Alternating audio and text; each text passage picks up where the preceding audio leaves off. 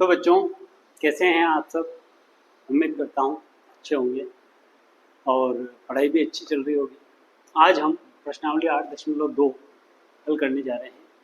प्रश्नावली 8.2 शुरू करने से पहले हम मध्य बिंदु प्रमेय पर चर्चा कर लेते हैं कि मध्य बिंदु प्रमेय क्या होता है और मध्य बिंदु प्रमेय पर चर्चा क्यों कर रहे हैं वो भी बताता हूँ।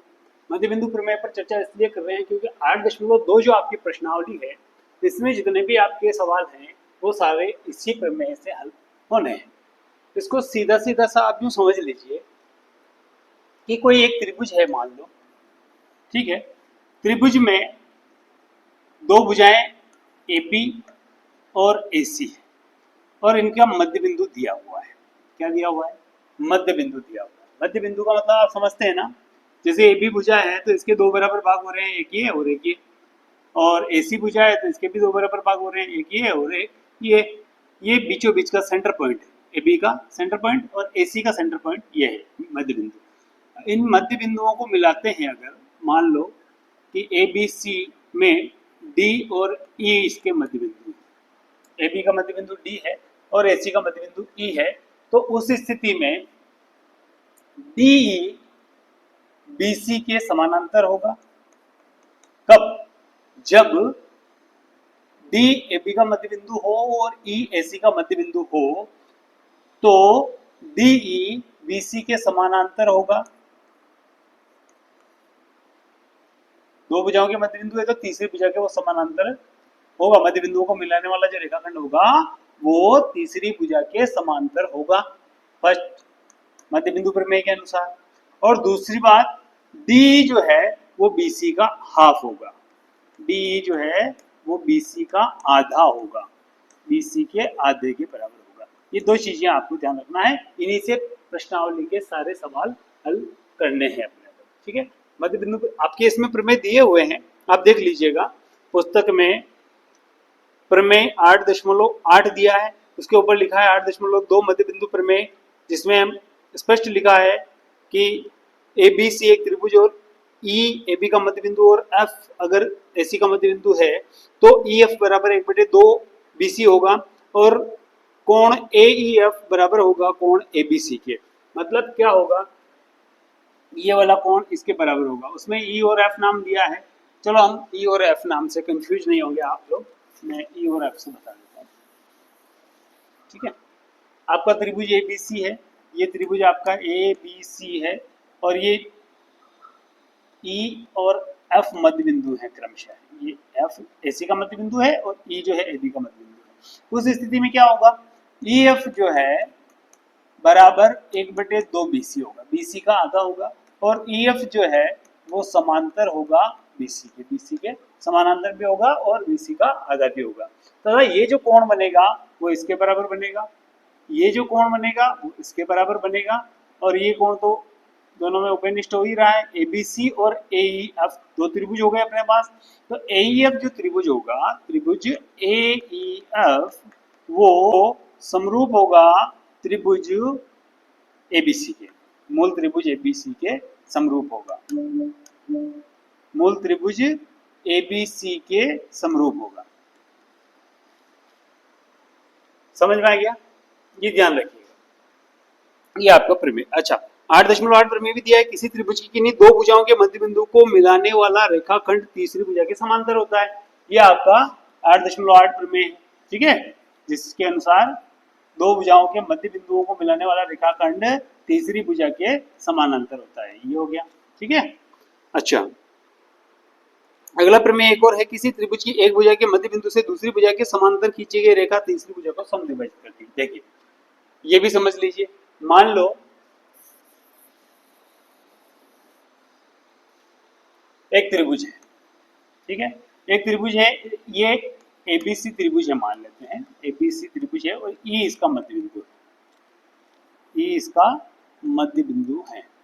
ये मध्य बिंदु से मान लो हम BC के समानांतर एक रेखा खींच देते हैं ऐसे, तो ये जो रेखा हमने खींची है ये तीसरी भुजा AC के मध्य बिंदु से गुजरेगी। ये प्रमेय कह रहा है, क्या कह रहा है कि यदि हम एक भुजा के मध्य बिंदु से दूसरी भुजा के समानांतर कोई सरल रेखा खींचते हैं तो वो तीसरी भुजा के मध्य बिंदु से गुजरती है। जरूरी नहीं कि हम बीसी के समानांतर ही खींचेंगे, आप बीसी के समानांतर ना खींच करके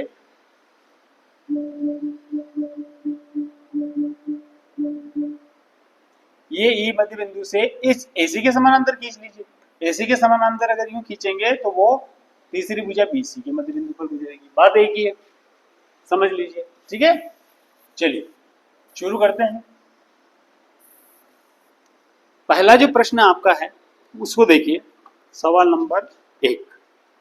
एबीसीडी एक चतुर्भुज है, ये आपका एबीसीडी एक चतुर्भुज है, दिख रहा है सबको स्पष्ट है। ठीक है, और पी क्यू आर एस क्रमशः भुजाओं A B B C C D और डी ए के मध्य बिंदु है। पी क्यू आर और एस क्रमशः A B B C C D और डी ए का मध्य बिंदु है। मतलब पी ए बी का मध्य बिंदु है, क्यू बी सी का मध्य बिंदु है, आर सी डी का मध्य बिंदु है और एस ए डी का मध्य बिंदु है। ठीक है,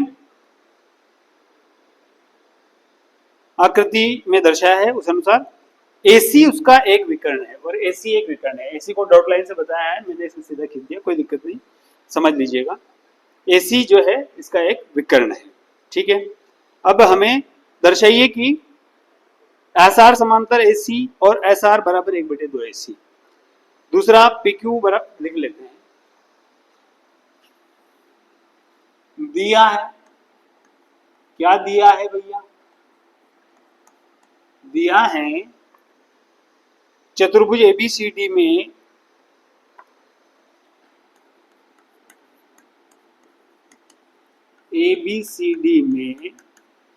पी क्यू आर व एस क्रमशः भुजाओं A B B C C D व ए डी के मध्य बिंदु हैं। वह ए डी के क्या है, मध्य बिंदु है, ऐसा लिखा है, मध्य बिंदु है। ठीक है, ऐसा प्रश्न में लिखा है। और AC विकर्ण है तथा AC विकर्ण है। अच्छा, मध्य बिंदु प्रमेय जो है वो त्रिभुज में लागू होता है ना, तो त्रिभुज में लागू होता है तो हम त्रिभुज के हिसाब से लिखेंगे। चलिए सिद्ध करना है भी लिख लेते हैं। सिद्ध क्या करना है, सिद्ध करना है फर्स्ट, क्या फर्स्ट सिद्ध करना है भैया, एस आर समांतर एसी, एस आर समांतर है एसी के तथा एस आर बराबर 1/2 एसी तथा एस आर बराबर 1/2 एसी। ये पहला हो गया। दूसरा हमें सिद्ध करना है, क्या सिद्ध करना है, पी क्यू बराबर है आर एस के। क्या सिद्ध करना है, पी क्यू बराबर है आर एस के। और तीसरा हमें सिद्ध करना है, वो जो सिद्ध करना है कि पी क्यू आर एस एक समांतर चतुर्भुज है। पी क्यू आर एस एक क्या है, समांतर चतुर्भुज, समांतर चतुर्भुज है, ऐसा हमें सिद्ध करना है। ठीक है, चलिए करते हैं। देखिए अब चूंकि मध्य बिंदु प्रमेय जो है अपना वो तो त्रिभुज में लगता है, तो अब हम क्या करेंगे, इसको दो त्रिभुजों में डिवाइड कर लेते हैं। AC जो विकर्ण है वो त्रिभुज ABC का निर्माण कर रहा है एक, और त्रिभुज ADC का निर्माण कर रहा है। ठीक है, पहला हमें सिद्ध करना है SR समांतर AC और SR 1/2 AC। तो SR को देखिए, त्रिभुज ADC में S जो है AD का मध्य बिंदु है और R जो है वो CD का मध्य बिंदु है। तो SR जो होगा वो AC के समांतर होगा और SR जो होगा वो AC का आधा आधा होगा। त्रिभुज ADC, त्रिभुज ADC में S AD का मध्य बिंदु है, S AD का मध्य बिंदु है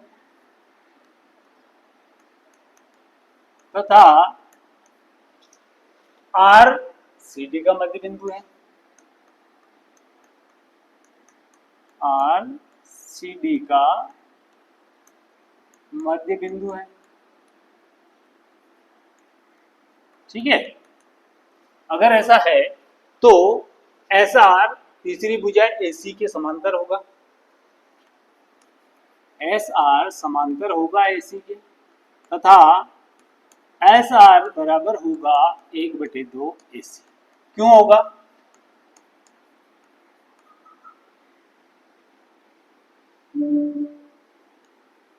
मध्य बिंदु प्रमेय से।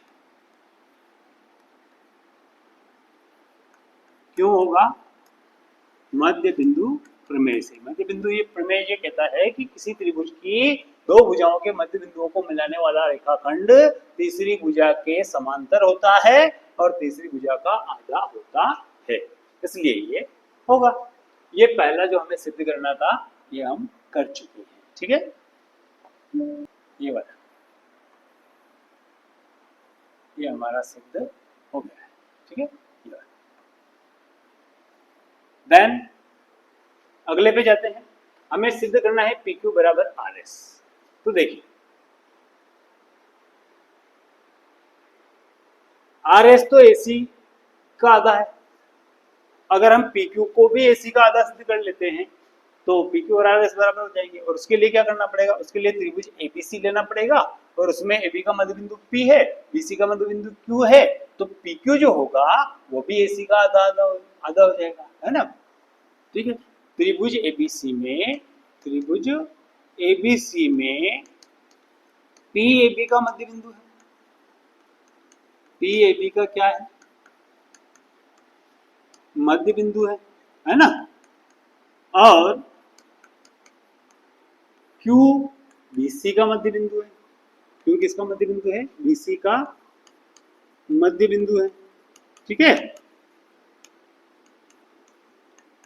तो अगर पी एबी का मध्य बिंदु है, क्यू बीसी का मध्य बिंदु है, तो पी क्यू एसी के आधे के बराबर होगा और पी क्यू एसी के समांतर होगा। पी क्यू समांतर एसी तथा पी क्यू बराबर 1/2 एसी। ये भी हो गया आपका किससे? मध्य बिंदु प्रमेय से। मध्य बिंदु प्रमेय से समझ में आ गया? देखिए इसको आप संबंध 1 बना दीजिएगा और इसको बना दीजिएगा संबंध 2। संबंध 1 व 2 से, संबंध 1 व 2 से देखिए 1 और 2 में क्या है? 1/2 एसी के बराबर एस आर भी है और 1/2 एसी के बराबर पी क्यू भी है। तो पी क्यू बराबर एस आर हो जाएगा। क्या हो जाएगा? पी क्यू बराबर आर एस बराबर 1/2 एसी। अतः पी क्यू बराबर है आर एस के। यह आपका हो गया दूसरा वाला सिद्ध। ठीक है, यह आपका सेकंड वाला सिद्ध। अब आ जाते हैं तीसरे पे कि पी क्यू आर एस एक समांतर चतुर्भुज है। देखिए पी क्यू आर एस को समांतर चतुर्भुज सिद्ध करने के लिए क्या करना पड़ेगा? उसके लिए हमको अलग से कुछ करने की आवश्यकता नहीं है। क्यों नहीं है?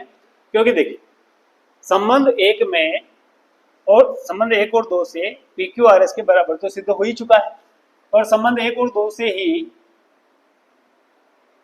आर एस जो है, एस आर जो है वो एसी के समानांतर है और संबंध 2 के अनुसार पी क्यू जो है वो एसी के समानांतर है। इसका मतलब ये हुआ कि एस आर भी पी क्यू के समानांतर है, एस आर भी पी क्यू के समानांतर है। अर्थात पी क्यू और एस आर बराबर भी हैं और पी क्यू और एस आर समानांतर भी हैं। और यदि किसी चतुर्भुज में भुजाओं का एक युग्म बराबर और समांतर हो तो वह चतुर्भुज एक समांतर चतुर्भुज होता है। इसलिए संबंध 1 व 2 से पी क्यू बराबर आर एस बराबर 1/2 एसी तथा एस आर समांतर हैं एसी के और पी क्यू भी समांतर हैं एसी के। अतः ये क्यों हो गया? संबंध 1 और 2 से। संबंध 1 व 2 से अतः एस आर भी समानांतर हो गया पी क्यू। ठीक है, अभी देखिए यदि पी क्यू आर एस के बराबर है, पी क्यू ये वाला पी क्यू ये आर एस के बराबर है, ठीक है, और एस आर पी क्यू के समानांतर भी है, एस आर जो है वो पी क्यू के समानांतर भी है, बराबर भी है और समानांतर भी है। अतः यदि किसी चतुर्भुज में भुजाओं का एक युग्म एक जोड़ा बराबर भी हो और समांतर भी हो तो वह चतुर्भुज एक समांतर चतुर्भुज होता है। अतः चतुर्भुज पी क्यू आर एस एक समांतर चतुर्भुज है। चतुर्भुज पी क्यू आर एस में पी क्यू बराबर है आर एस के तथा पी क्यू समांतर है एस आर के। अतः चतुर्भुज पी क्यू आर एस एक समांतर चतुर्भुज है। एक कौन सा चतुर्भुज है? समांतर चतुर्भुज है। ये ध्यान रखिएगा कि यदि किसी चतुर्भुज में भुजाओं का एक युग्म बराबर हो और समांतर हो तो वह चतुर्भुज एक समांतर चतुर्भुज होता है। समांतर चतुर्भुज है। ठीक है, यही सिद्ध करना था, यही सिद्ध करना था। That's all. ठीक है, अगला प्रश्न देखिए, प्रश्न क्रमांक 2। एबीसीडी एक समचतुर्भुज है, तो एक समचतुर्भुज बना लेते हैं।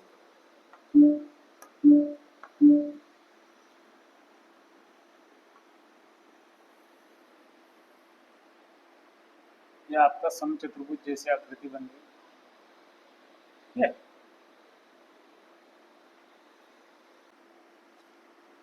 यह आपका ए बी सी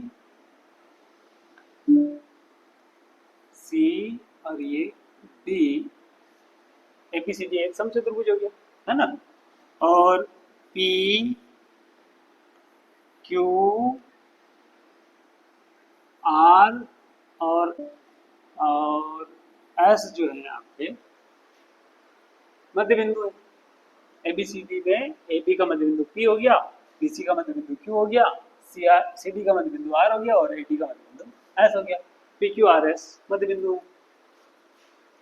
दर्शाइए कि चतुर्भुज पी क्यू आर एस, दर्शाइए कि चतुर्भुज पी क्यू आर एस एक आयत है। हमें क्या दर्शाना है?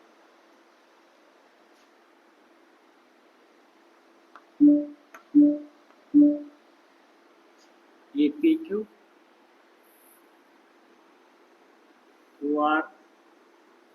R S, P Q R S एक आयत है, ऐसा हमें दर्शाना है। ठीक है, ठीक है। देखिए 8.2 प्रश्नावली का प्रश्न क्रमांक 2 हम हल कर रहे हैं। दिया है क्या दिया है? चतुर्भुज ए बी सी डी एक समचतुर्भुज है। क्या है? एक समचतुर्भुज है। नंबर 1 हो गया। नंबर 2, पी क्यू आर व एस क्रमशः भुजाओं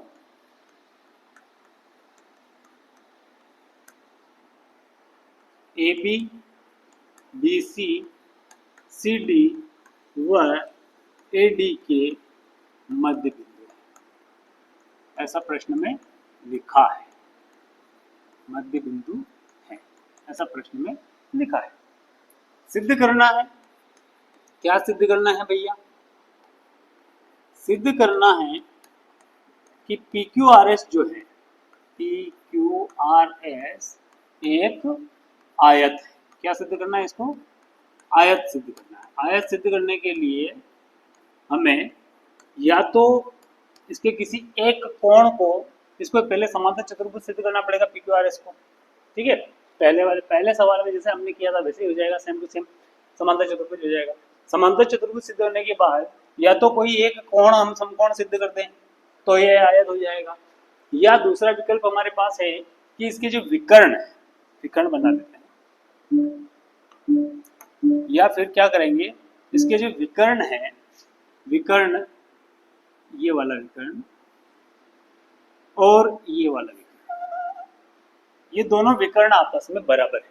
यदि हम विकर्ण बराबर सिद्ध कर देते हैं तो भी हम ये कह पाएंगे कि PQRS एक समांतर चतुर्भुज के विकर्ण अगर बराबर हो तो वह एक आयत होता है। तो या तो कोण को समकोण सिद्ध करना पड़ेगा या फिर विकर्णों को बराबर सिद्ध करना पड़ेगा।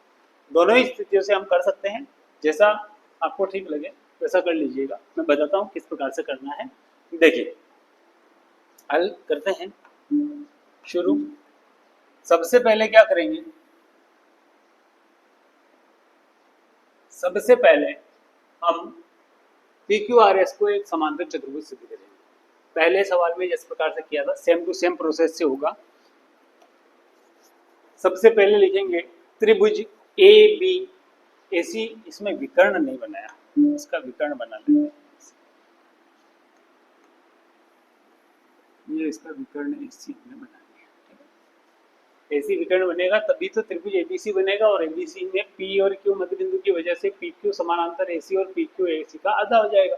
ठीक उसी प्रकार से SR समानांतर AC और SR जो है AC का आधा हो जाएगा। इससे हम प्रूव कर पाएंगे कि PQ SR के बराबर है और PQ SR के समानांतर है, तो PQRS एक समांतर चतुर्भुज है। ठीक है, सबसे पहले ले लेते हैं त्रिभुज ABC। त्रिभुज ABC, त्रिभुज ABC में P AB का मध्य बिंदु है, P AB का मध्य बिंदु है, ठीक है, P AB का मध्य बिंदु है, तथा QBC का मध्य बिंदु है, तथा QBC का मध्य बिंदु है।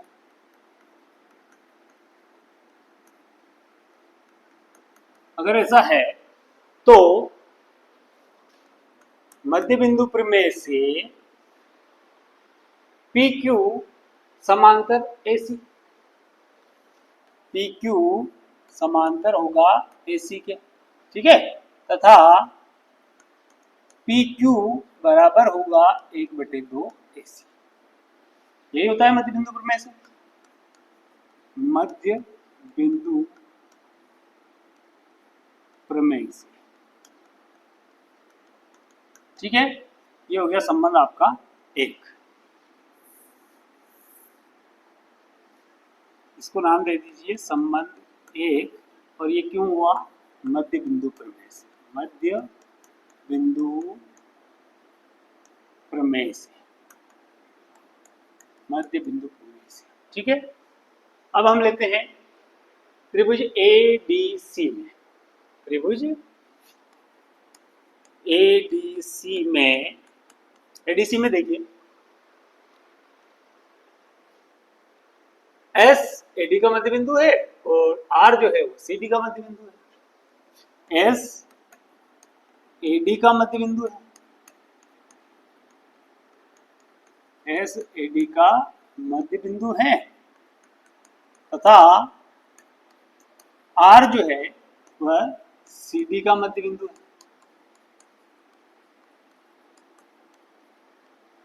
और अगर ऐसा है तो SR AC के समांतर होगा, SR समांतर होगा AC, तथा SR बराबर होगा 1/2 AC, AC का आधा होगा।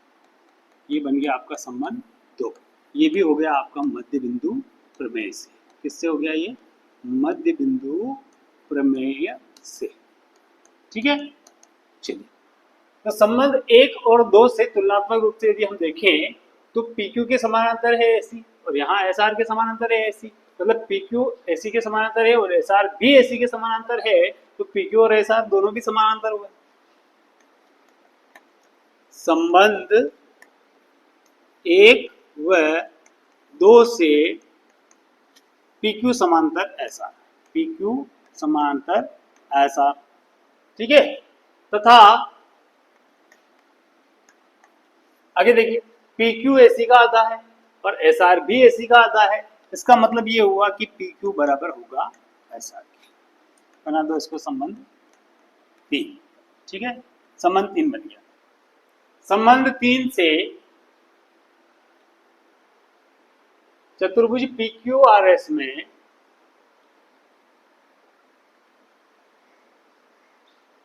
चतुर्भुज पी क्यू आर एस में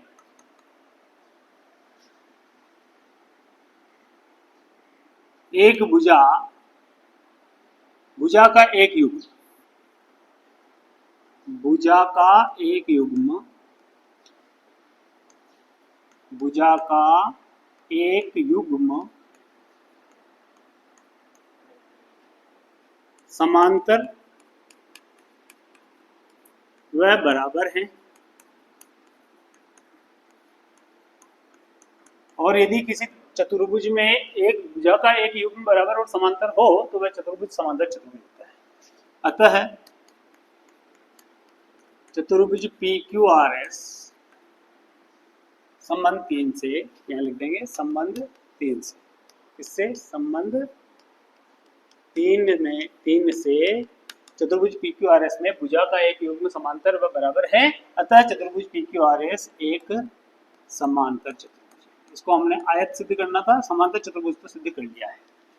क्या सिद्ध कर लिया है? समांतर चतुर्भुज सिद्ध कर लिया है, ठीक है।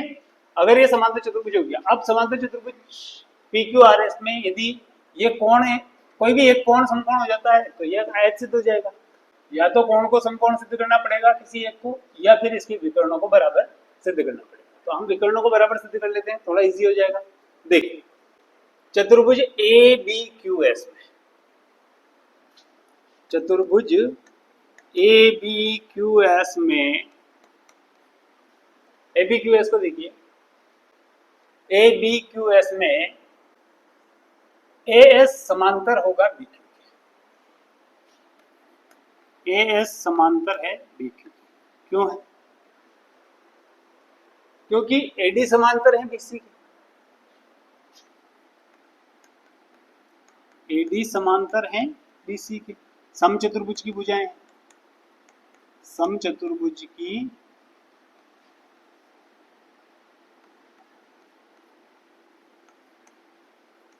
भुजाएं, और समचतुर्भुज की भुजाएं तो समांतर होती है ना। तथा ए एस बराबर होगा बी क्यू के। क्यों होगा? ए एस बराबर होगा बी क्यू के। अच्छा, क्यों होगा? क्योंकि ए डी बराबर है बी सी के। ए डी बराबर है बी सी के। क्यों बराबर है? समचतुर्भुज की भुजाएं, है ना, यही कारण लिख दीजिएगा। इसलिए बराबर, समचतुर्भुज की चारों भुजाएं बराबर होती है। तो चतुर्भुज ए बी क्यू एस भी एक समांतर चतुर्भुज हो जाएगा। क्यों हो जाएगा? क्योंकि ए बी क्यू एस में भुजाओं का एक युग्म बराबर और समांतर है, तो यह भी एक समांतर चतुर्भुज हो जाएगा। तो अतः चतुर्भुज ए बी क्यू एस में भुजाओं का एक युग्म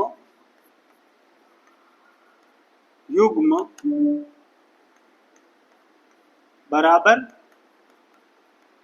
व समांतर है, बराबर व समांतर है। अतः चतुर्भुज ए बी क्यू एस एक समांतर चतुर्भुज हुआ कि नहीं हुआ? हो गया, समांतर चतुर्भुज है, ठीक है। अगर ए बी क्यू एस एक समांतर चतुर्भुज है तो ए बी भी तो एस क्यू के बराबर होगा कि नहीं होगा? होगा। ए बी भी एस क्यू के बराबर होगा। अतः ए बी बराबर होगा एस क्यू। इसको बना दीजिए आप संबंध 4 संबंध 4 बना दीजिए। ठीक है, अब हम ले लेते हैं दूसरा वाला चतुर्भुज पीबीसीआर। चतुर्भुज पीबीसीआर, चतुर्भुज पीबीसीआर में देखिए पीबी समांतर होगा आरसी के, पीबी समांतर होगा आरसी के। क्यों होगा? क्योंकि पीबी एबी का हिस्सा है और आरसी डीसी का हिस्सा है और एबी डीसी के समानांतर है। एबी समांतर है डीसी के। सम चतुर्भुज की भुजाएं हैं। क्या है? सम चतुर्भुज की भुजाएं। और सम चतुर्भुज की भुजाएं तो समांतर होगी सही, क्योंकि समांतर चतुर्भुज के सारे गुणधर्म सम चतुर्भुज में उपस्थित होते हैं। ठीक है, अच्छा और क्या होगा? पीबी बराबर होगा आरसी के, पीबी बराबर होगा आरसी के। यहाँ थोड़ा सा चेंज कर लीजिए। एडी बराबर है बीसी के, तो 1/2 एडी बराबर होगा 1/2 बीसी के। ये पी जो है मध्य बिंदु है, तो ये 1/2 हो गया, ये 1/2 हो गया, और ये भी मध्य बिंदु है तो ये भी 1/2 हो गया, ये भी 1/2। ठीक है, ऐसे बाकी ठीक इसी प्रकार से यहाँ भी हो जाएगा। पीबी बराबर हो जाएगा आरसी के, पीबी बराबर हो जाएगा आरसी के। क्यों हो जाएगा? क्योंकि AB बराबर है BC के, AB बराबर BC, तो 1/2 AB बराबर होगा 1/2 BC। सम चतुर्भुज की भुजाएं। ठीक है, चतुर्भुज PBCR में, चतुर्भुज PBCR में PB बराबर है RC के और PB समानांतर है RC के, अतः यह एक समांतर चतुर्भुज हो गया।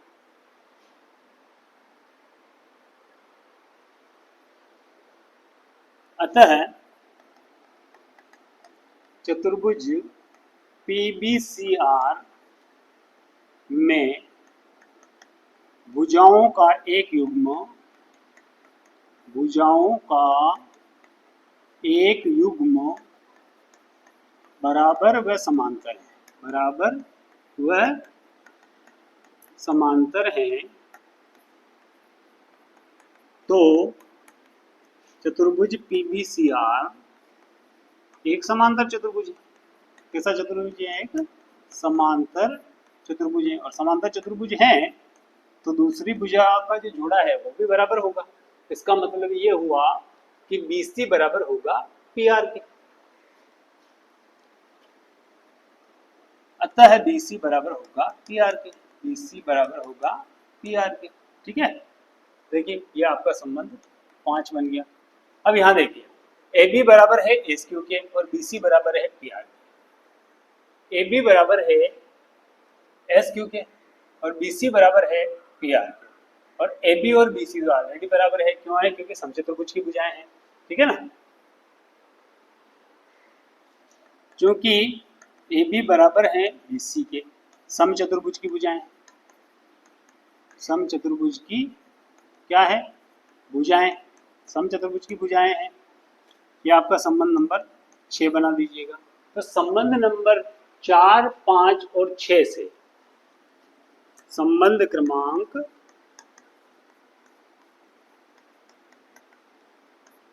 4, 5 व 6 से ये प्रूफ हो जाता है कि AB BC के बराबर है, तो AB की जगह SQ और BC की जगह PR लिख देते हैं। तो PR बराबर SQ, PR बराबर SQ हम लिख सकते हैं। या इसको ऐसा नहीं करो, संबंध नंबर नाम नहीं दो तो मत देना, कोई दिक्कत नहीं, इसको डायरेक्ट लिख सकते हैं आप। कैसे लिख सकते हैं? AB की जगह आप लिख देंगे SQ बराबर होगा, BC की जगह आप लिख सकते हैं PR। यहाँ लिख दीजिएगा PR संबंध 4 व 5 से मान रखने पर,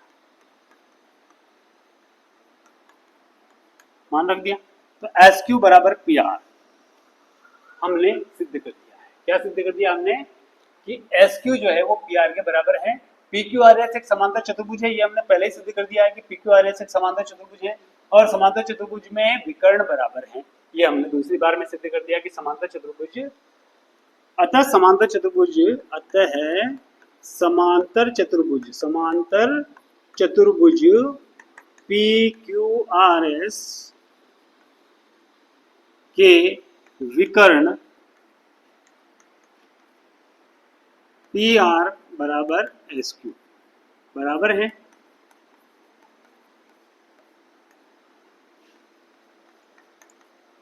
इसलिए चतुर्भुज पी क्यू आर एस समांतर चतुर्भुज, इसलिए समांतर पी क्यू आर एस एक आयत है,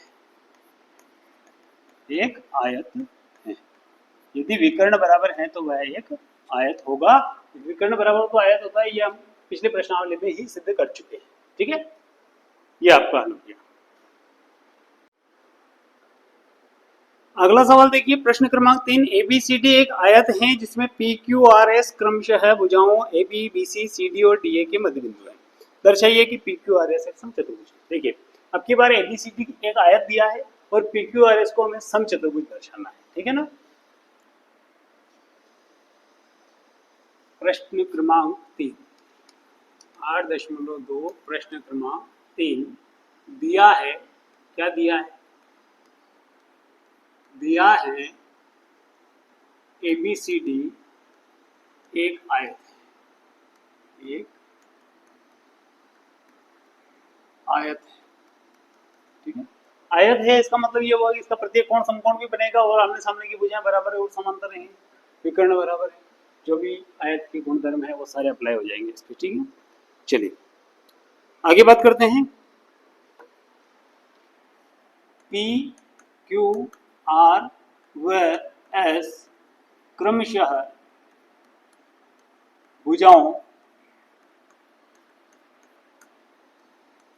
AB, BC, CD एवं AD के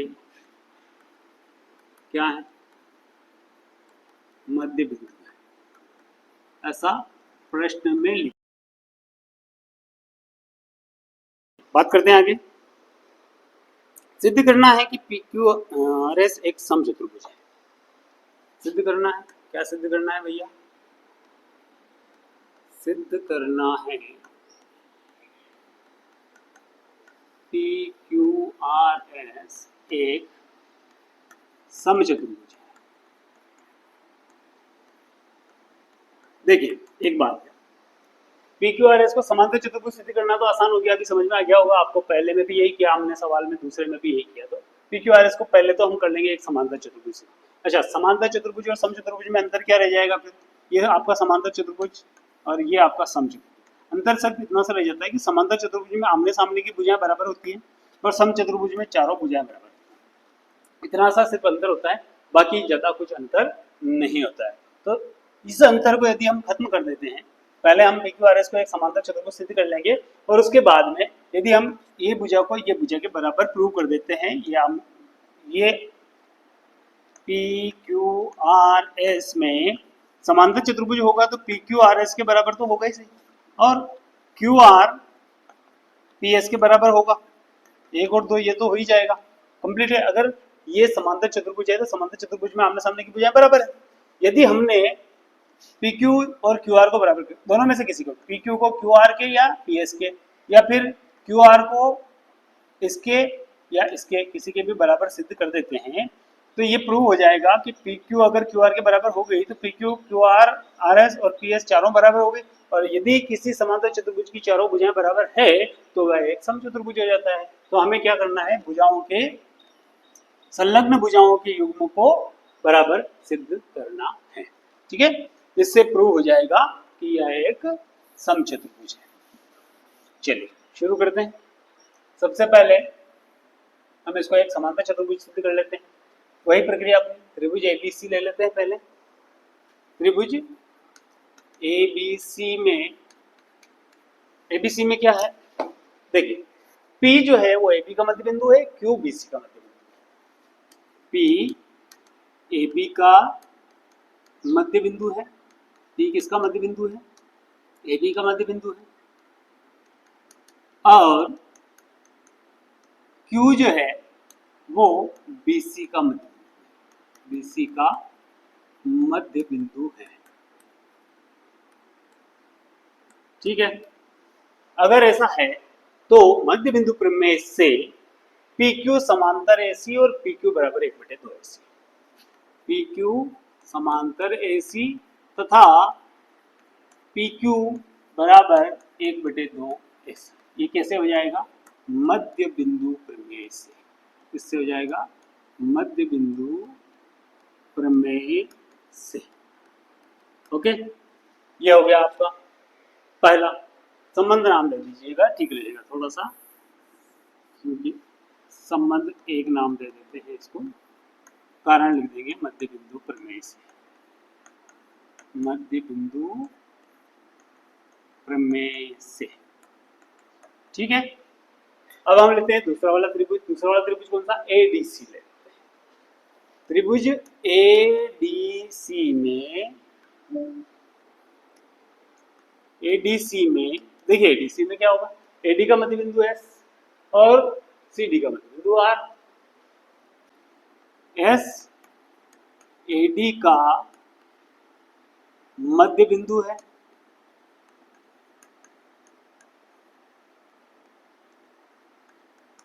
तथा आर सीडी का मध्य बिंदु है।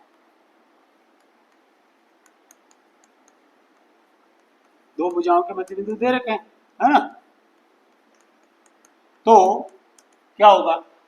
तीसरी भुजा एसी जो है उसके समानांतर हो जाएगा एस आर, एस आर समानांतर हो जाएगा एसी के, तथा एस आर बराबर होगा 1/2 एसी।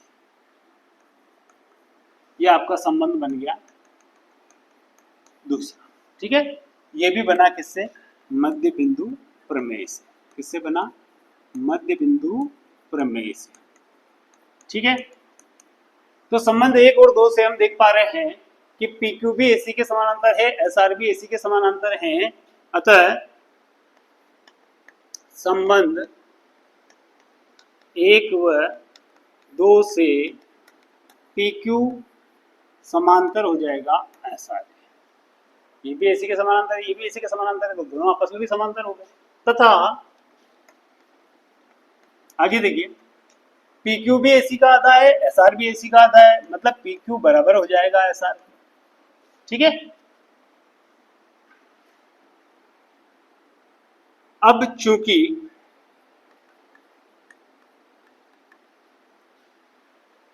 चतुर्भुज पी क्यू आर एस में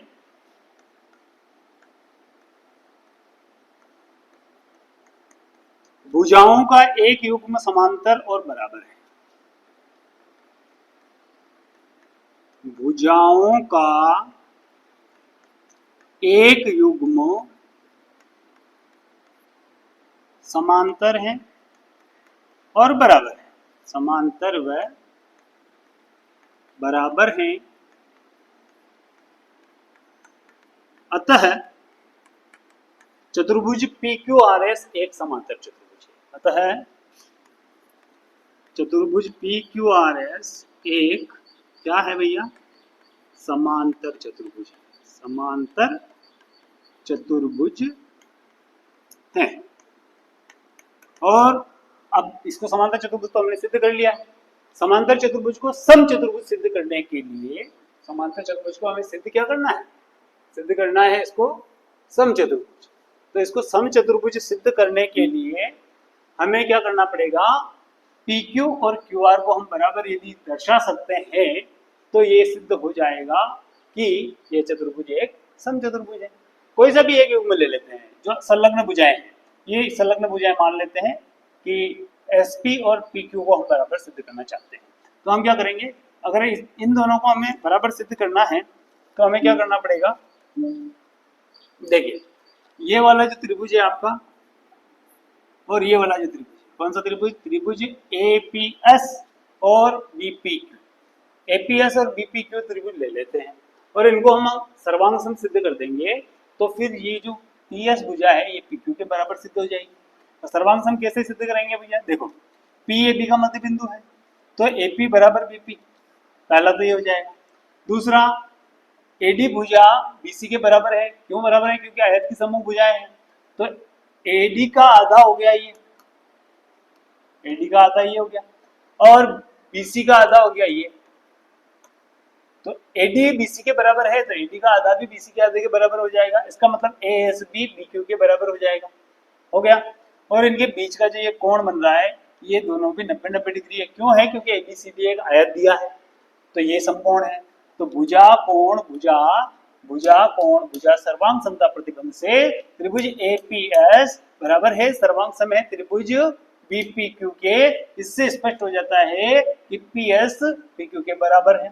और यदि पीएस पीक्यू के बराबर है तो पीक्यू आर एस में पीक्यू बराबर क्यू आर बराबर आर एस बराबर पीएस, चारों भुजाएं बराबर है। और यदि किसी समांतर चतुर्भुज की चारों भुजाएं बराबर हो तो वह एक सम चतुर्भुज होता है। समझ में आ गया सबको?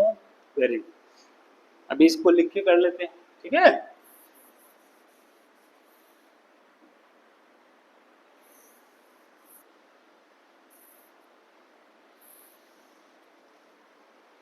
ये आपका ठीक है।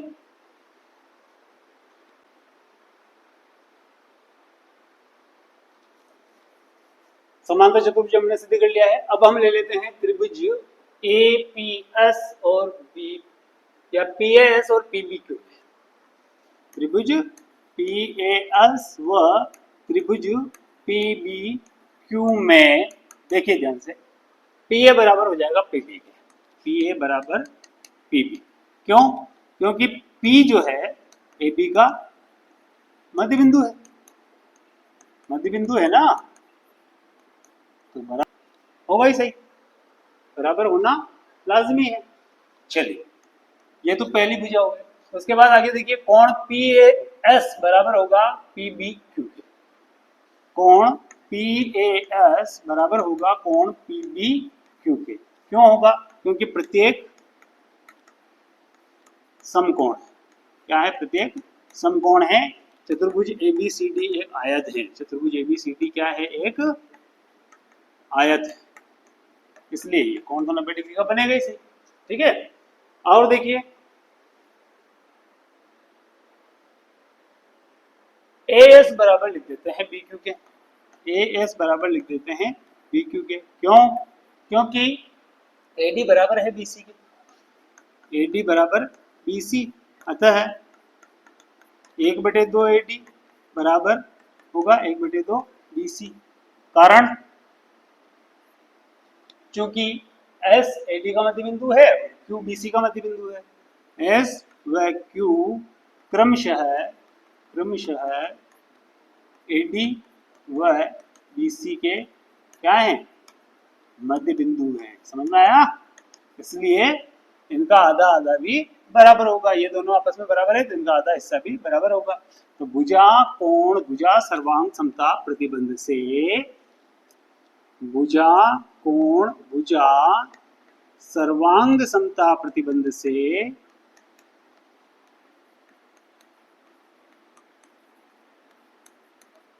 त्रिभुज पीएस सर्वांग सम है त्रिभुज पी बराबर है सर्वांग सम है त्रिभुज पी बी क्यू। और सर्वांग सम है तो सभी संगत अंग बराबर होंगे, तो पी एस भी बराबर होगा पी क्यू। अतः पी एस बराबर होगा पी क्यू के, पी एस बराबर पी क्यू, संबंध पी। अब देखिए चूंकि चतुर्भुज पी क्यू आर एस एक समांतर चतुर्भुज है,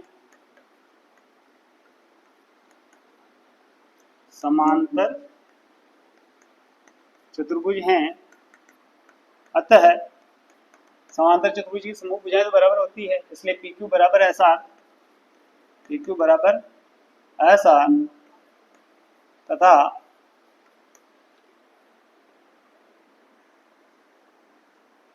क्यू आर बराबर पी एस।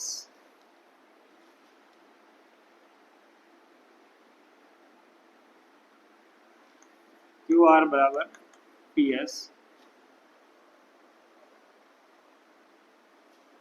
ये संबंध 4।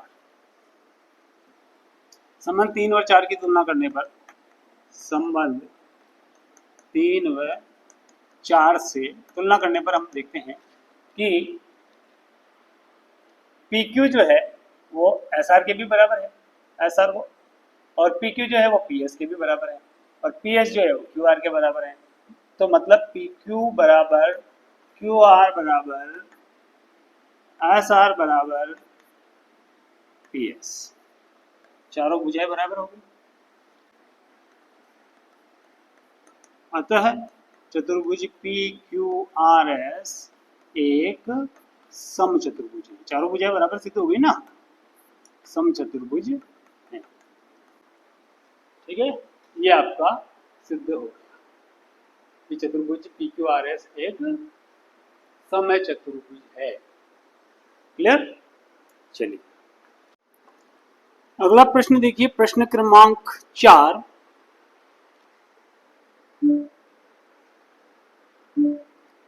प्रश्न में लिखा है कि एक समलंब चतुर्भुज एबीसीडी है,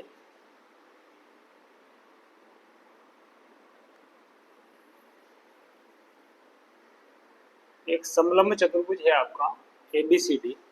ठीक है, समलंब चतुर्भुज में AB समानांतर है DC के, ये आपका AB समानांतर है BC।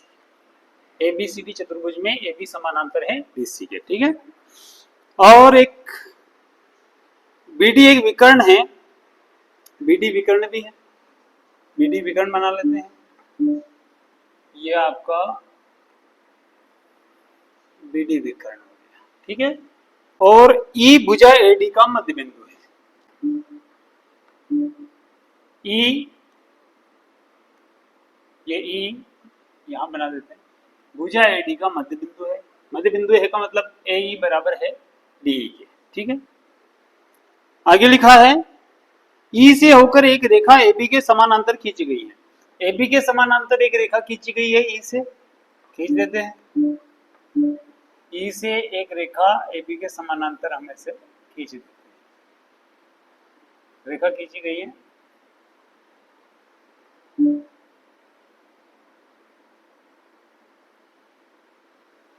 ठीक है, आगे लिखा है जो BC को F बिंदु पर प्रतिच्छेद करती है। जो BC को कहां प्रतिच्छेद करती है, ये BC है, इसको यहां F बिंदु पर प्रतिच्छेद करती है, F बिंदु पर प्रतिच्छेद करती है। ठीक है, आगे लिखा है दर्शाइए कि F भुजा BC का मध्य बिंदु है। हमें यह सिद्ध करना है कि ये जो F बिंदु है ये BC का मध्य बिंदु है, अर्थात BF बराबर है CF। ठीक है, चलिए शुरू करते हैं। इस बिंदु का कोई नाम नहीं है, यहां हम G नाम दे देते हैं। A B C D E F हो गया तो G नाम इसको यहां दे देते हैं, कुछ भी नाम दे सकते हैं, कोई दिक्कत नहीं। दिया है लिख लेते हैं सबसे पहले, तो दिया है, क्या दिया है भैया, 8.2 के प्रश्न क्रमांक 4 में दिया है, क्या दिया है, चतुर्भुज ABCD में AB समांतर है BC। नंबर 1, E AD का मध्य बिंदु है, E AD का मध्य बिंदु है, ये दिया है। ठीक है, ये दो चीजें दे दी तथा EF समांतर है, EF समांतर है AB के, ये भी दिया है। EF समांतर है AB, ये भी दिया है, खींचा गया है। ठीक है, सिद्ध करना है, क्या सिद्ध करना है, सिद्ध करना है कि एफ जो है वो बीसी का मध्य बिंदु है। एफ बीसी का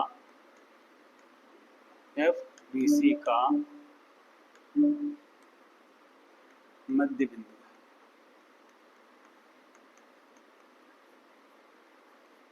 है। ऐसा हमें सिद्ध करना है। ठीक है, चलिए शुरू करते हैं। सबसे पहले देखिए, ई एडी का मध्य बिंदु है, तो त्रिभुज ए बी डी में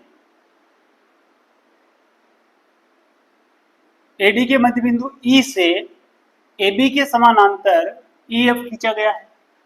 अब आपके प्रमेय को देखिए, जो आपका मध्य बिंदु प्रमेय है, मध्य बिंदु प्रमेय है 8.8। पेज पलट कर देखिए, किसी त्रिभुज की किन्हीं दो भुजाओं के मध्य बिंदुओं को मिलाने वाला रेखाखंड तीसरी भुजा के समांतर होता है। इतनी देर से प्रश्न क्रमांक 1, 2 और 3 में हमने इस प्रमेय का प्रयोग किया है। अब इसका विलोम प्रमेय देखिए, प्रमेय 8.9, किसी त्रिभुज की एक भुजा के मध्य बिंदु से, जैसा कि यहाँ हो रहा है, किसी त्रिभुज ए बी डी में एडी का मध्य बिंदु ई है, तो किसी त्रिभुज की एक भुजा एडी है, उसके मध्य बिंदु ई से किसी त्रिभुज की एक भुजा के मध्य बिंदु से दूसरी भुजा के समानांतर, दूसरी भुजा कौन सी है, ए बी है, इसके समानांतर, है ना, समानांतर खींची गई रेखा, ये रेखा हमने खींची, ठीक है, खींची गई रेखा तीसरी भुजा को समद्विभाजित करती है। तीसरी भुजा को क्या करती है, समद्विभाजित करती है। तीसरी भुजा ये तो है नहीं, बीसी, एबीडी की तीसरी भुजा कौन सी है, बीडी है ना, तो ये समद्विभाजित कर रही है, तो जी जो होगा वो बीडी का मध्य बिंदु हो जाएगा। ठीक है, पहले ये कर लेते हैं। हम लेते हैं त्रिभुज ए बी डी। त्रिभुज ए बी डी में, एबीडी में ई एडी का मध्य बिंदु है, ई एडी का क्या है, मध्य बिंदु है। ठीक है, तथा ई एफ समानांतर है एबी के, तथा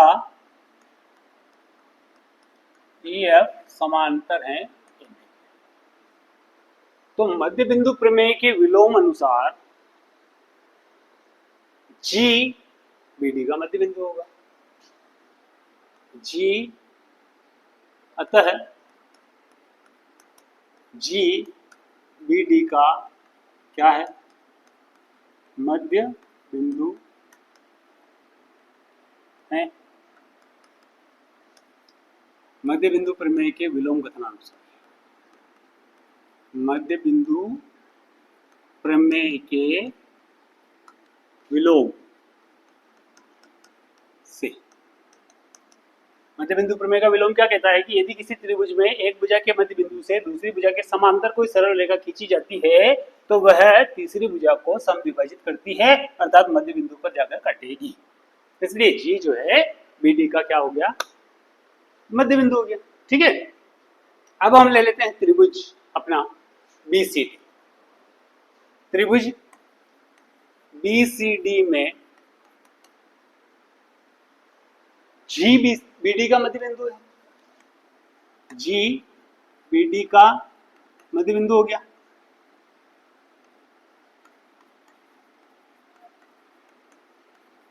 मध्य बिंदु है, ठीक है, तथा जीएफ समांतर है डीसी। क्यों है,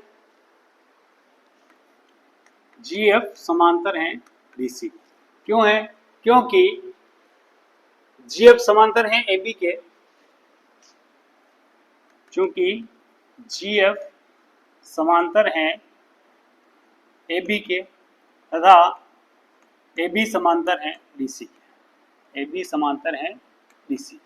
अब जीएफ क्या है, जीएफ तो ईएफ का ही हिस्सा है ना, समझ में आया, या ईएफ लिख लो चाहो तो ईएफ लिख देना, ईएफ समांतर है एबी तथा एबी समांतर है डीसी,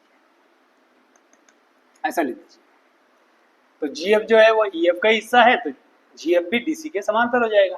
ठीक है, तो इसमें भी मध्य बिंदु प्रमेय विलोम के कथनानुसार जी बीडी का मध्य बिंदु है और जी एफ डीसी के समानांतर है। जी बीडी का मध्य बिंदु है और जी एफ डीसी के समानांतर है, तो यह तीसरी भुजा को भी समद्विभाजित करेगा। अतः एफ जो है वो बीसी का मध्य बिंदु है। अतः एफ बीसी का क्या है? मध्य बिंदु है। एफ बीसी का मध्य बिंदु है। क्यों है? मध्य बिंदु प्रमेय के विलोम कथनानुसार। मध्य बिंदु प्रमेय के विलोम से। समझ में आया? चाहे तो आप पूरी लाइन भी लिख सकते हैं कि मध्य बिंदु प्रमेय के विलोम अनुसार किसी त्रिभुज के एक भुजा के मध्य बिंदु से दूसरी भुजा के समांतर कोई सरल रेखा खींची जाती है तो वह तीसरी भुजा को समद्विभाजित करती है। ये पूरा भी लिख सकते हैं आप चाहें तो, इतना भी लिखेंगे तो भी पर्याप्त है। यही सिद्ध करना था, यही हमें सिद्ध करना था। सिद्ध करना था, क्या सिद्ध करना था? कि एफ जो है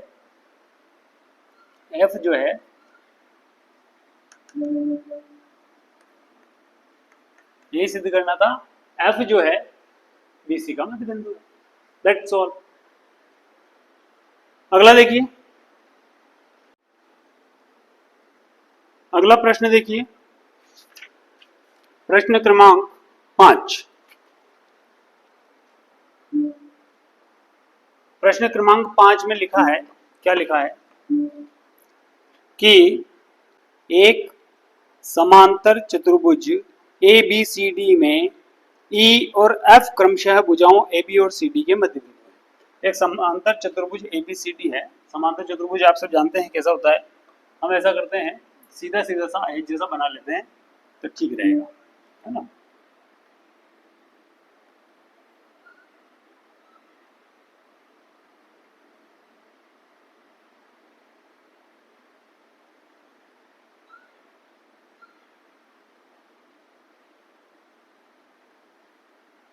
ऐसा बना, ठीक है। ये एक हमने समांतर चतुर्भुज बना लिया। समांतर चतुर्भुज में ई और एफ क्रमशः भुजाओं ए बी और सी डी के मध्य बिंदु है। इसको नामकरण कर देते हैं। सबसे पहले तो ए बी सी डी में ई और एफ कौन कौन सी भुजाओं के मध्य बिंदु है? ए बी और सी डी के मध्य बिंदु। ई और एफ ए बी और सी डी के मध्य बिंदु है, ठीक है। आगे लिखा है, सिद्ध कीजिए कि ए एफ और ई सी विकर्ण बीडी को समत्रिभाजित करते हैं। ए एफ और ई सी, ए एफ और ई सी। देखिए ए एफ कौन सा? यहां से ये एफ और ई सी, ये ई सी। एफ और ई सी विकर्ण बीडी को समत्रिभाजित करते हैं। विकर्ण बीडी कहाँ है? ये रहा विकर्ण बीडी। इस विकर्ण बीडी को समत्रिभाजित करते हैं से आशय क्या है? समत्रिभाजित करने से आशय ये है कि इसके 3 भाग हो रहे हैं, 1, 2 और 3। और ये तीनों भाग जो हैं बीडी के 3 भाग हो रहे हैं, 1, 2, 3, और ये तीनों भाग बराबर हैं, ऐसा हमें सिद्ध करना है, ठीक है। क्या सिद्ध करना है? कि ये जो ए एफ और ई सी है, ये इस विकर्ण बीडी को 3 बराबर भागों में विभाजित कर रहे हैं। त्रिभाजित 3 बराबर भागों में विभाजित कर रहे हैं। त्रिभाग जो हो रहे हैं इसके तीनों आपस में बराबर हैं, ऐसा हमें सिद्ध करना है। चलिए शुरू करते हैं। देखिए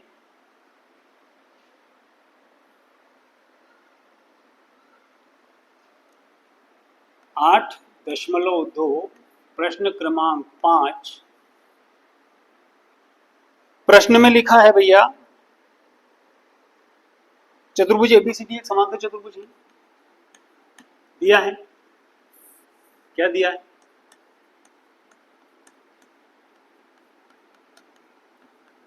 चतुर्भुज एबीसीडी एक समांतर चतुर्भुज। क्या है? एक समांतर चतुर्भुज है, ये दिया है, ठीक है। और आगे लिखा है कि ई और एफ क्रमशः भुजाओं ए बी और सी डी के मध्य बिंदु है। ई भुजा AB का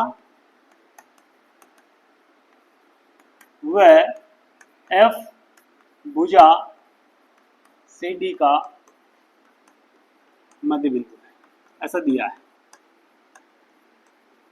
ठीक है, और क्या दिया है, बस अब सिद्ध करना है।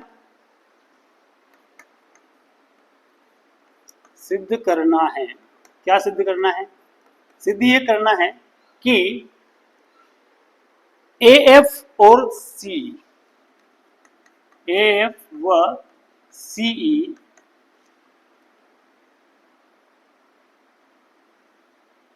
BD को समत्रिभाजित करते हैं।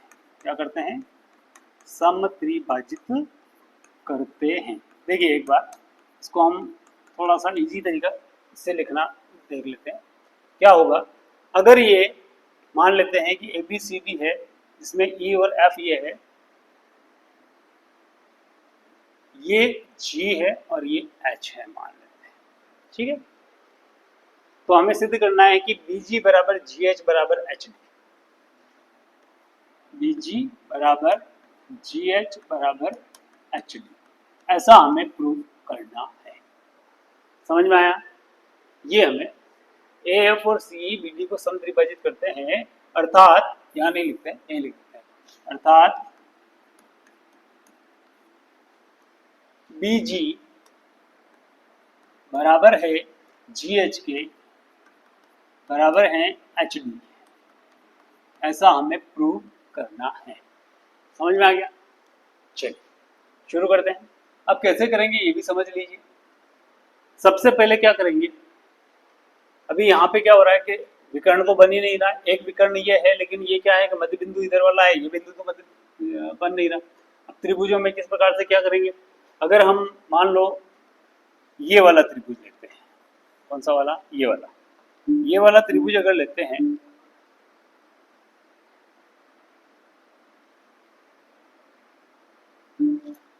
ये वाला त्रिभुज अगर लेते हैं, ये वाला, तो इस वाले त्रिभुज में मध्य बिंदु प्रमेय या उसका विलोम प्रमेय लागू करने के लिए ये AH और EG को हमें समांतर सिद्ध करना पड़ेगा पहले।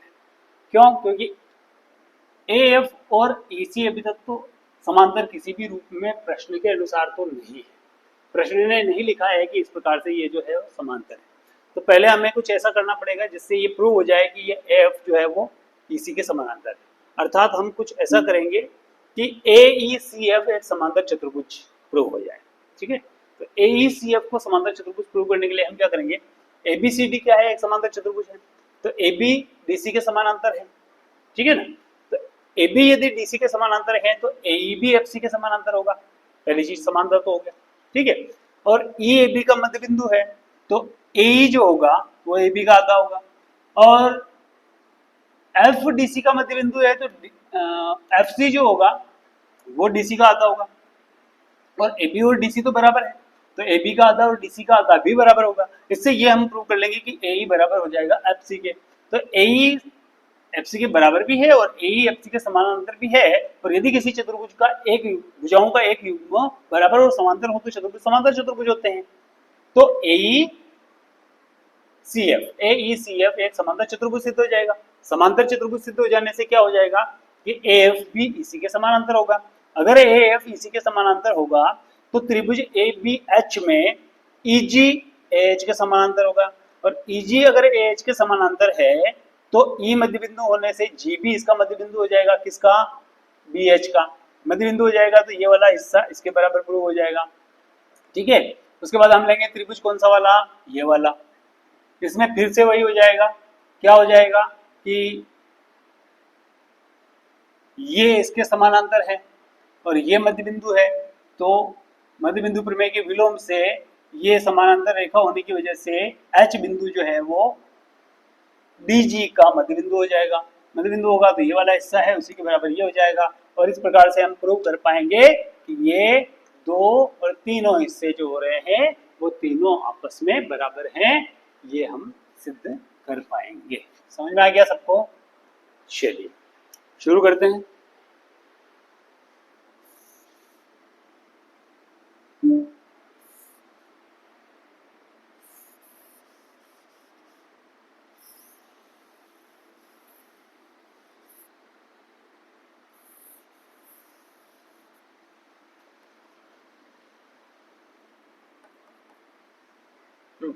देख, सबसे पहले हमें क्या करना पड़ेगा, सबसे पहले हमें AECF को एक समांतर चतुर्भुज प्रूव करना पड़ेगा, ठीक है ना, क्योंकि EAB का मध्य बिंदु है, क्योंकि EAB का क्या है, मध्य बिंदु है, मध्य बिंदु है, और मध्य बिंदु है, इसका मतलब ये होगा कि AE बराबर होगा BE के, AE बराबर होगा BE के, और दोनों होंगे 1/2 AB के आधे आधे, ठीक। अब आगे देखते हैं, F मध्य बिंदु है DC का, क्योंकि F मध्य बिंदु है DC का, DC का मध्य बिंदु है, F DC का मध्य बिंदु है, और मध्य बिंदु है इसलिए FC बराबर DF बराबर FC बराबर हो जाएगा 1/2 DC। ये हो गया संबंध नंबर आपका। अब संबंध एक में ये प्रूव हो गया कि AE जो है वो AB का आधा हो गया, AE जो है वो AB का आधा हो गया। संबंध दो में प्रूव हो गया कि FC जो है वो DC का आधा हो गया। अब ये हमें पता है कि AB और DC तो बराबर हैं। क्यों बराबर है भैया? क्योंकि चतुर्भुज ABCD एक समांतर चतुर्भुज है, क्योंकि AB बराबर है DC के। समांतर चतुर्भुज की सम्मुख भुजाएं क्या है? समांतर चतुर्भुज की सम्मुख भुजाएं, है ना, भुजाएं, समांतर चतुर्भुज की सम्मुख भुजाएं तो बराबर होती है ना, इसलिए ये बराबर है। और AB बराबर है DC के, इसलिए 1/2 AB भी बराबर होगा 1/2 DC के। क्यों होगा बराबर? क्योंकि भैया पूर्ण भाग बराबर है तो उसका आधा भाग भी तो बराबर ही होगा, है ना। तो 1/2 AB की वैल्यू हो जाएगी अपनी, क्या हो जाएगी? AE हो जाएगी, और 1/2 DC की वैल्यू हो जाएगी आपकी FC। क्या हो जाएगी? FC। संबंध 1 व 2 से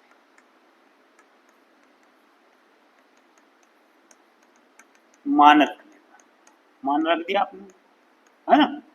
अब देखिए AE बराबर हो गया FC के, AE बराबर हो गया FC के, और AE जो है वो FC के समानांतर भी होगा, AE समांतर भी होगा FC के। क्यों होगा? क्योंकि AB समानांतर है DC के, और उन्हीं के पार्ट्स हैं तो उन्हीं के टुकड़े हैं, उन्हीं के हिस्से हैं तो समानांतर होंगे, ठीक है। अब AE जो है FC के बराबर भी है, AE जो है FC के समानांतर भी है, तो चतुर्भुज AECF एक समांतर चतुर्भुज हो जाएगा। AECF क्या हो जाएगा? एक समांतर चतुर्भुज हो जाएगा। चतुर्भुज AECF में AE बराबर भी है FC के, तथा AE समांतर भी है FC के, अतः एक युग्म बराबर और समांतर है, अतः भुजाओं का एक युग्म, भुजाओं का एक युग्म,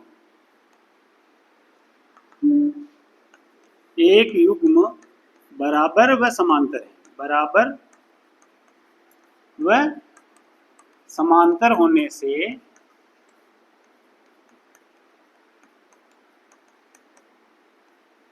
चतुर्भुज AECF एक समांतर चतुर्भुज हो गया। चतुर्भुज AECF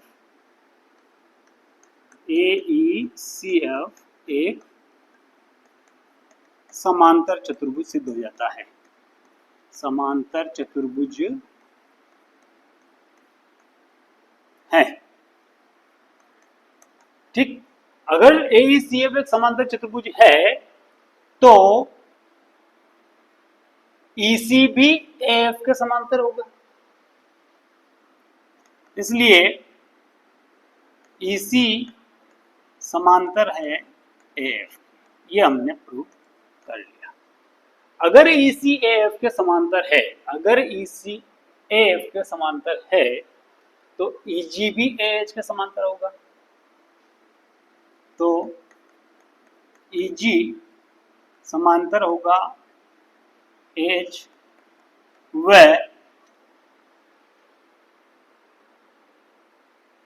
FH समांतर CG। FH समांतर CG, इसको दे दो आप संबंध नंबर 3 नाम दे, ठीक है, ये हो जाएगा। अब देखिए त्रिभुज ABH में अभी हमने समांतर सिद्ध कर लिया, तो ये वाला हिस्सा इसके समानांतर होगा, तो इसमें मध्य बिंदु प्रमेय का विलोम लग जाएगा। ये मध्य बिंदु है और ये रेखा इसके समानांतर है, तो किसी त्रिभुज में एक भुजा के मध्य बिंदु से दूसरी भुजा के समांतर खींचा गया रेखाखंड तीसरी भुजा को समद्विभाजित करता है, तो ये वाला हिस्सा इसके बराबर हो जाएगा त्रिभुज ABH में। त्रिभुज ABH में त्रिभुज ABH में E भुजा AB का मध्य बिंदु है। E भुजा AB का क्या है? मध्य बिंदु है, ठीक है ना, मध्य बिंदु है। तथा EG समांतर है AH के, EG समांतर है AH के, ये ठीक है। तो GBH का मध्य बिंदु होगा, GBH का G जो है वो BH का क्या होगा? मध्य बिंदु। क्यों होगा? मध्य बिंदु प्रमेय विलोम से, मध्य बिंदु प्रमेय के विलोम से।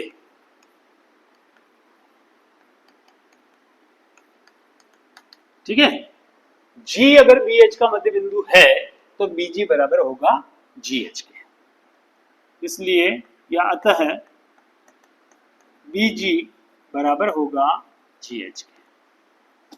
ठीक है, यहाँ पे आपको संबंध क्रमांक लिखने की आवश्यकता नहीं है, यहाँ लिख दीजिए आप संबंध क्रमांक 3। अब हम पुनः जाते हैं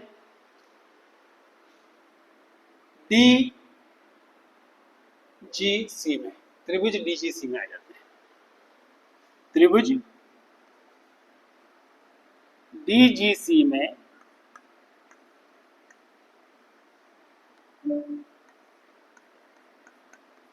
देखिए, त्रिभुज DGC में, DGC ये वाला जो त्रिभुज है इसमें F भुजा DC का मध्य बिंदु है, F भुजा BC का मध्य बिंदु है।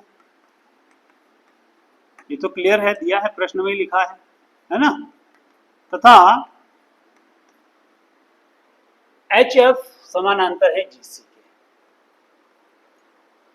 HF समानांतर है GC के, या FH समानांतर है CG के, FH समानांतर है CG के, FH समांतर है CG के।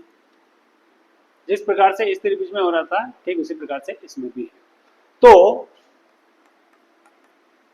अगर FH CG के समानांतर है और FDC का मध्य बिंदु है तो HB DG का मध्य बिंदु होगा। तो HDG का मध्य बिंदु होगा, किसका? DG का क्या होगा? मध्य बिंदु है।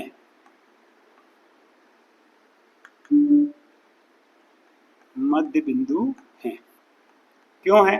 मध्य बिंदु प्रमेय के विलोम से,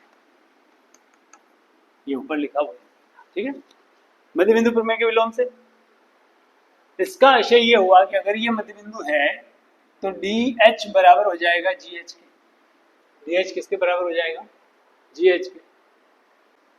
GH बराबर हो जाएगा HD के, GH बराबर हो जाएगा HD के। ये आपका हो गया संबंध नंबर 4। संबंध 3 व 4 से देखते हैं तो GH जो है BG के बराबर है और यहाँ GH जो है वो HD के बराबर है। इसका मतलब ये हुआ कि BG बराबर GH बराबर HD। संबंध 3 व 4 से, संबंध 3 व 4 से BG बराबर होगा GH बराबर होगा HD। अतः यही सिद्ध करना था हमें कि AF और EC, AF व EC विकर्ण BD को समत्रिभाजित करते हैं। विकर्ण BD को क्या करते हैं? समत्रिभाजित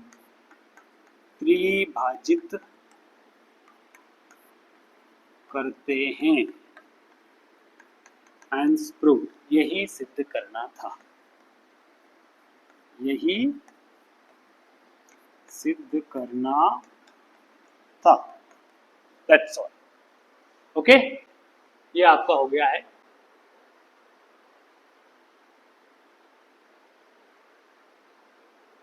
5वां। क्लियर? अगला प्रश्न देखिए, इस प्रश्नावली का आखिरी सवाल, सवाल नंबर 6।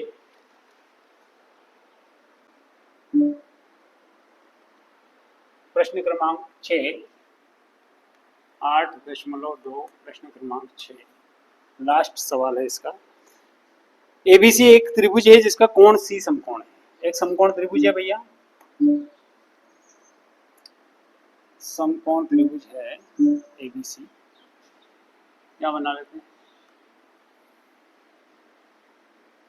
ये बना लिया हमने एक समकोण त्रिभुज, ठीक है, यहीं पर बना लेते हैं। बहुत ये त्रिभुज एबीसी हमने बनाया है, इसमें कोण सी जो है वो समकोण है। यहाँ पर समकोण इसके बन रहा है। कहाँ बन रहा है? यहाँ बन रहा है,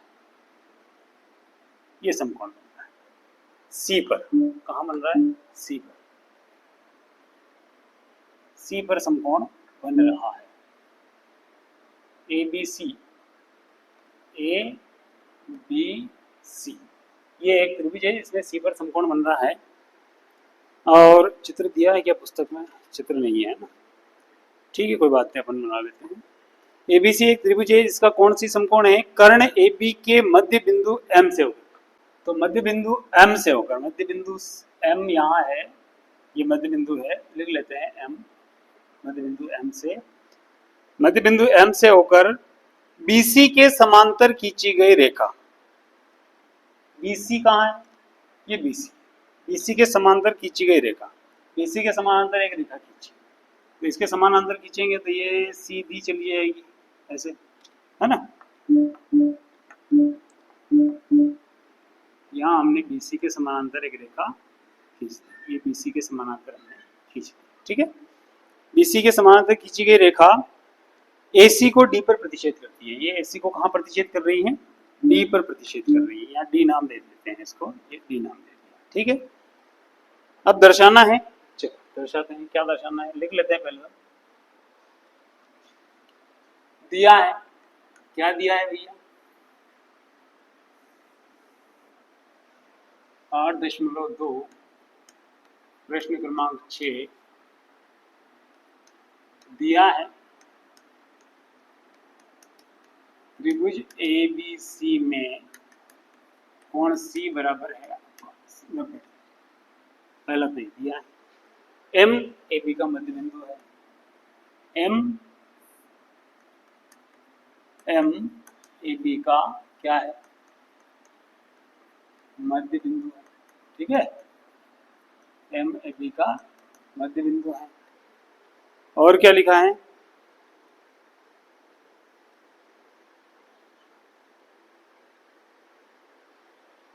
M से एक रेखा खींची गई है जो AC के समानांतर है, वो D पर प्रतिच्छेद। MD समानांतर है BC, MD समांतर है BC। ये भी दिया है कि BC के समांतर एक रेखा खींची गई है जो AC को D पर प्रतिच्छेद करती है, ठीक है। चलिए सिद्ध करना है। क्या सिद्ध करना है? सिद्ध करना है नंबर 1, फर्स्ट, D भुजा AC का मध्य बिंदु है। D भुजा AC का मध्य बिंदु है। D भुजा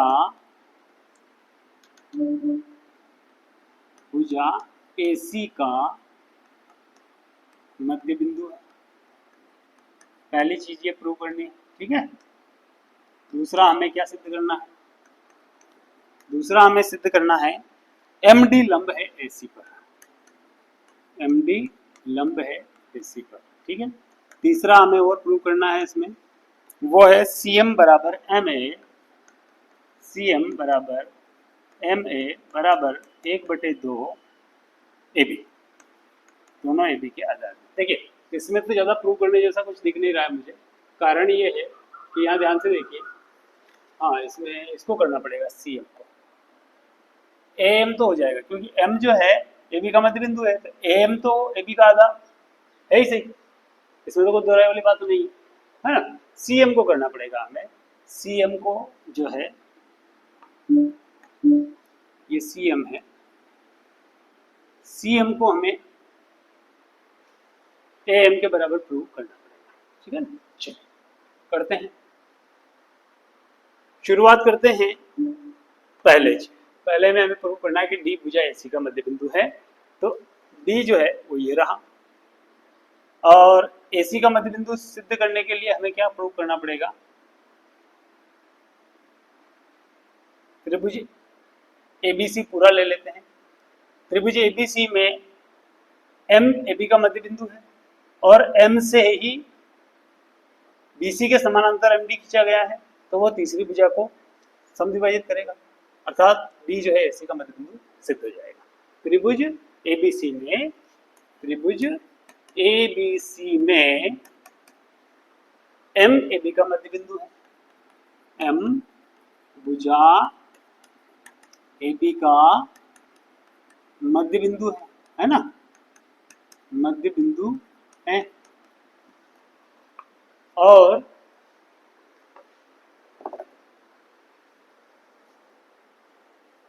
MD समानांतर है BC के, तथा MD समांतर है BC के। अतः चूंकि ऐसा है इसलिए DAC का मध्य बिंदु होगा, DAC का मध्य बिंदु होगा, D भुजा AC का मध्य बिंदु होगा, D भुजा AC का मध्य बिंदु है। क्यों है भैया? मध्य बिंदु प्रमेय की विलोम से, मध्य बिंदु प्रमेय के विलोम से। मध्य बिंदु प्रमेय का विलोम क्या कहता है? यदि किसी त्रिभुज में एक भुजा के मध्य बिंदु से दूसरी भुजा के समांतर कोई सरल रेखा खींची जाती है, तो वह तीसरी भुजा को समद्विभाजित करता है या तीसरी भुजा के मध्य बिंदु पर जाकर मिलता है ना। तो D जो है तीसरी भुजा AC का मध्य बिंदु हुआ कि नहीं हुआ? हो गया। ये हमने पहला प्रूव कर लिया है, पहली चीज जो हमें प्रूव करनी थी हो गया है, ठीक है। अब आगे देखिए दूसरा, देखिए दूसरे में हमें प्रूव करना है, क्या प्रूव करना है? MD लंब है AC पर, मतलब MD लंब AC प्रूव करने के लिए हमें यहाँ पर इनमें से कोई एक कोण, दोनों में से कोई एक कोण को हमें समकोण प्रूव करना पड़ेगा। अगर एक समकोण होगा तो दूसरा अपने आप ही समकोण हो जाएगा, ठीक है ना। तो समकोण प्रूव करना पड़ेगा। समकोण प्रूव करने के लिए हमें क्या करना पड़ेगा? देखिए चूंकि MD समानांतर है BC के, MD समानांतर है BC के, तो MD यदि BC के समानांतर है तो ये जो कोण हो बन रहा है अपना यहाँ पर, ये इस कोण के बराबर होगा। किस कोण के बराबर? इसके बराबर होगा। क्यों होगा? क्योंकि संगत कोण है, और संगत कोण आपस में बराबर होते हैं। दो त्रिभुज है, ये एक त्रिभुज ABC और एक AEF, और यदि EF BC के समानांतर है तो ये कोण इसके बराबर होगा। क्यों? क्योंकि संगत कोण होते हैं। वही कंडीशन यहाँ बन रही है, ठीक है ना, वही कंडीशन यहाँ बन रही है। ये मैं बता चुका हूँ आप लोगों को, देख लीजिएगा। तो चूंकि MD समानांतर है BC के, चूंकि MD समांतर है BC के, अतः कोण ADM बराबर होगा कोण AC के। कोण ADM बराबर होगा कोण ACB के। क्यों बराबर होगा? क्योंकि संगत कोण, संगत कोण, संगत कोण बराबर होते हैं। और कोण ADM बराबर होगा ACB कितना है भैया, ACB तो 90 डिग्री है ना, कोण C तो 90 डिग्री दिया है, तो ADM बराबर हो गया 90 डिग्री। अगर ADM कोण 90 डिग्री है तो MD लंब हो गया AC पर, इसलिए MD लंब है AC पर। ये दूसरी चीज हमें प्रूव करनी थी, वो हम कर चुके हैं। ठीक, अब तीसरा हमें क्या सिद्ध करना है, CM बराबर MA बराबर 1/2, तो CM बराबर MA, CM और MA को बराबर सिद्ध करने के लिए हम क्या करेंगे, ये दोनों त्रिभुज ले लेंगे, कौन सा वाला, ADM और CDM, दोनों त्रिभुजों को हम सर्वांग सम सिद्ध कर देंगे तो ये बराबर आ जाएगा। और AM AB का आधा है तो CM भी AB का आधा हो जाएगा। ठीक है, देखिए त्रिभुज ADM और CDM में, त्रिभुज ADM व त्रिभुज CDM में तुलनात्मक रूप से यदि हम देखते हैं तो क्या देखते हैं कि AD बराबर है CD के। क्यों है बराबर भैया, देखिए AD बराबर है CD के, क्यों है, क्योंकि D जो है AC का मध्य बिंदु है, ऐसा हम प्रूव कर चुके हैं। D भुजा AC का मध्य बिंदु है, D भुजा AC का क्या है, मध्य बिंदु है ना, और मध्य बिंदु है तो ये दो बराबर भागों में बांटेगा, इसलिए AD बराबर है CD के। पहला तो ये हो गया। ठीक है, दूसरा आगे देखिए, कोण ADM बराबर कोण CDM, कोण ADM बराबर है कोण CDM के। क्यों है, क्योंकि प्रत्येक समकोण है, प्रत्येक क्या है, समकोण। समकोण क्यों है, क्योंकि MD लंब है AC पर, MD लंब है AC पर, यह हम सिद्ध कर चुके हैं पहले। ठीक है, ये समकोण भी हम कर चुके हैं। और देखिए DM बराबर DM दोनों में काम आ रहा है ना, तो DM बराबर हो जाएगा DM, ये है उभयनिष्ठ भुजा। क्या है ये, सार्वनिष्ठ या उभयनिष्ठ, सार्वनिष्ठ भुजा, सार्वनिष्ठ भुजा तो बराबर होती है।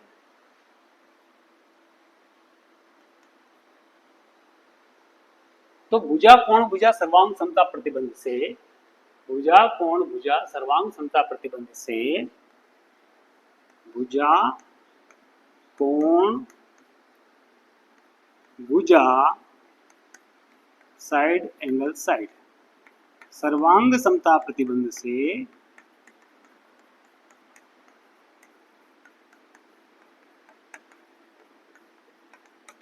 ये दोनों त्रिभुज सर्वांग सम हो गए, ADM और CDM।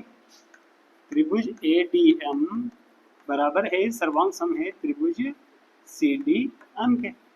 अगर ADM CDM के सर्वांग सम है तो AMB CM के बराबर होगा ना, AMB CM के बराबर होगा, CM बराबर होगा MA के, CM बराबर होगा MA के। ठीक है, ये क्यों होगा, CPCT से।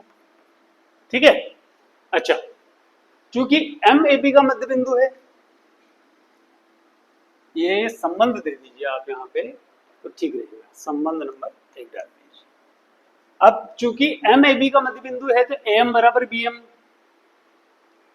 चूंकि MAB का मध्य बिंदु है, M भुजा AB का मध्य बिंदु है, दिया है, तो दिया है ना, तो अगर M भुजा AB का मध्य बिंदु है तो AM AB का आधा होगा, AM क्या होगा, इसलिए AM या MA लिख लो, कोई बात नहीं, MA लिख लो, MA बराबर 1/2 AB होगा। ठीक है, ये संबंध आपका 2 हो गया। संबंध 1 व 2 से, संबंध 1 व 2 से CM बराबर MA और MA बराबर 1/2 AB,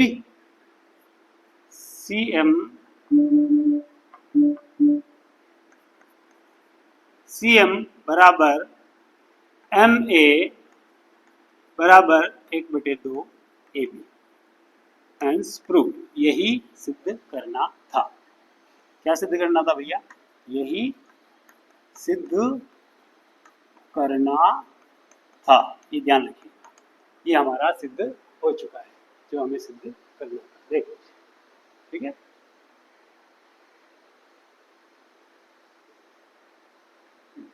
ये पहला ये सिद्ध करना था, डी भुजा एसी का मध्य बिंदु है, ये हमने सिद्ध कर दिया यहाँ पे, ठीक है। दूसरा एम डी लंब है एसी पर, ये हमने सिद्ध कर दिया यहाँ पर, ठीक है। और तीसरा सी एम बराबर एम ए बराबर 1/2 ए बी, सी एम बराबर एम ए बराबर 1/2 ए बी। ये आपका अध्याय 8 पूर्ण हुआ।